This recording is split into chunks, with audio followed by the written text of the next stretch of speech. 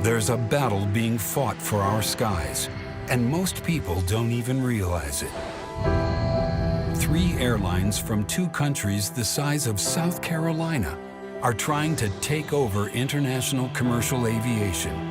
Using the immense wealth of their countries, they're illegally pouring billions of government dollars into luxurious new aircraft, selling cheap seats, and unfairly crushing competition. The issue with the Gulf carriers is that they've been massively subsidized by their governments. They're dumping seats into the market. We can't compete. They're running us out of our markets. They're doing it by taking our jobs, taking our routes.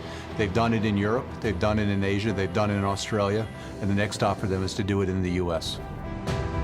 We've got trade agreements with over 120 countries called Open Skies agreements, and we've got real problems with 2 of them. The UAE and Qatar committed to the notion of no subsidies. Foreign government subsidies are simply illegal.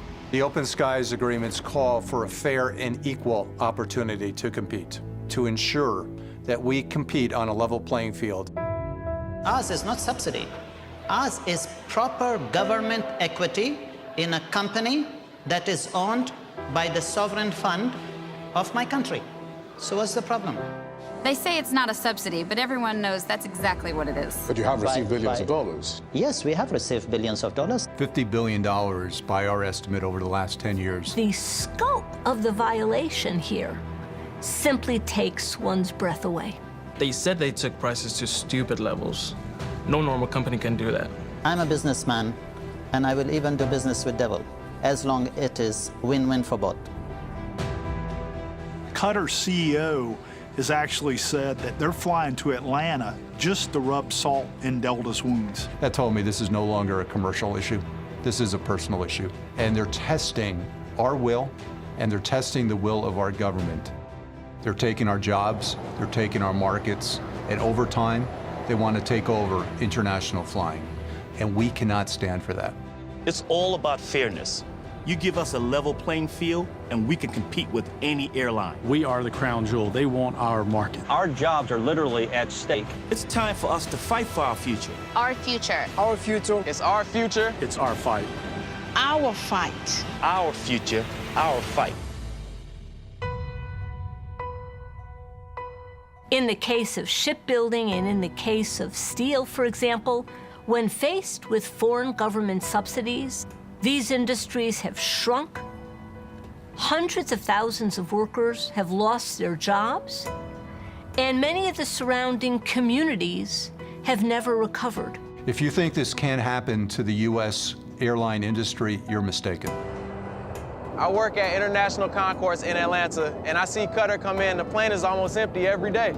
These 3 Gulf airlines are essentially in a sort of a world of Santa Claus economics, where profit is not important, where what matters is they achieve presence in the marketplace, they become a household name.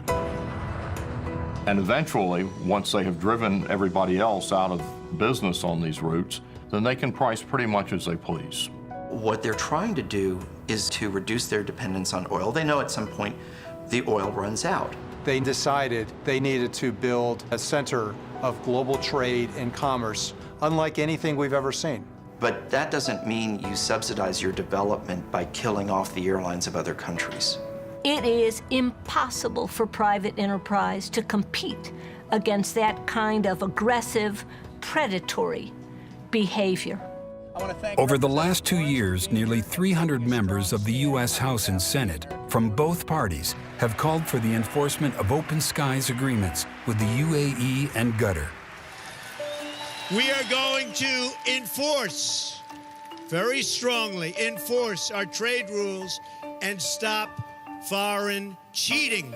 President Trump came into office saying he was going to enforce our trade agreements in a vigorous way, using every aspect of leverage at his disposal to do so.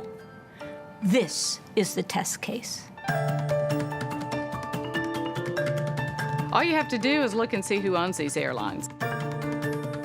The uncle of the ruler of Dubai is the CEO of Emirates Airlines. He also controls Dubai's Civil Aviation Authority, the company that runs the Dubai airports, the Emirates National Oil Company that supplies fuel for the planes, and the banks that finance the airline. The rules of business just don't apply to these airlines. These Middle Eastern carriers aren't making any money and need to be propped up. They take money from the government and just push it right over to the airlines. It's not just the aircraft, it's the hotels, it's the limousines, it's the restaurants, the lounges that have been built around the product. The newest airport in Dubai will be 5 times the size of O'Hare International Airport in a country that is, by any measure, tiny. These are small countries with small population that are dominating not only aviation today, but the future of aviation. The Gulf carriers currently have well over 500 wide bodies on order. And just to put that in perspective, the United States and China have fewer than half that number combined. This is unfathomable, not supported by any reading of the market, not supported by any reading of passenger demand. Where are those wide bodies going to go? There's only 3 markets that can sustain them. You've got China, you've got Japan, or you've got the US. I guarantee you the Chinese are not going to let them in. The Japanese will definitely not let them in. And in our market, if we don't wake up, we're going to wind up being overrun by them.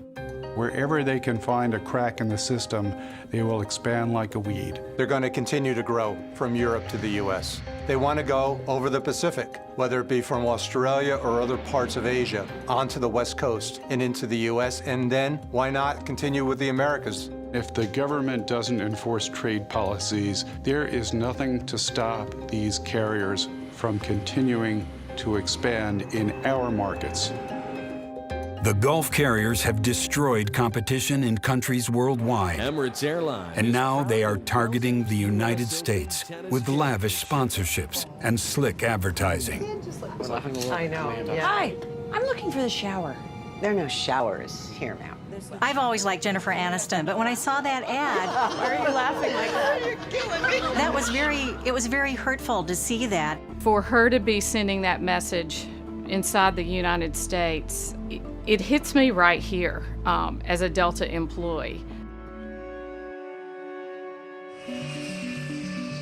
15 years ago, the Europeans were some of the strongest airlines in the globe. Air France, KLM, Lufthansa, they've all been harmed massively. Today, the Gulf carriers offer well over 100 flights per day from their hubs into Europe, and they hit every major city with multiple flights a day. We have a fierce competition from these Gulf carriers, and we are losing money on several routes, and we have been obliged to stop a certain number of destinations because of this competition.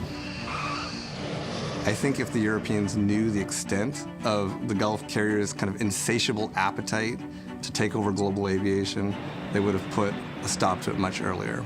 Unfortunately, with the Europeans, they did wake up, but they woke up way too late.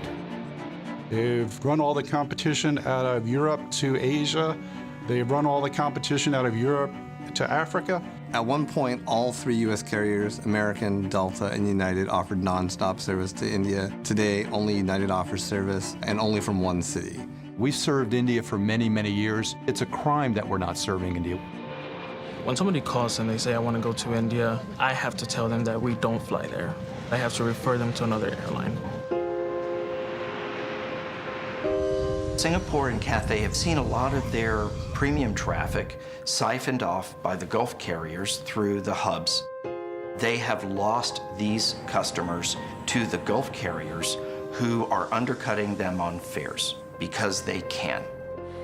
Qantas has seen its profitability decline year after year. And essentially what Emirates did is back them into a corner and turn them into one of their feeders. They are going to continue to expand across the transatlantic. I'm very alarmed. You know, today it's Europe to New York. Maybe tomorrow it's Europe to Los Angeles. They're already here. They're in LA, Chicago, Seattle, Dallas, New York, Atlanta. Over the last 2 years, the Gulf carriers have increased the capacity to the U.S. by over 50%. Over time, we're going to lose a significant amount of our international services, and I think at least one of the big 3 U.S. airlines will be in jeopardy. This is a fight that we're joined with American Airlines. We're no longer going to stand for. We're joined with the people of United Airlines.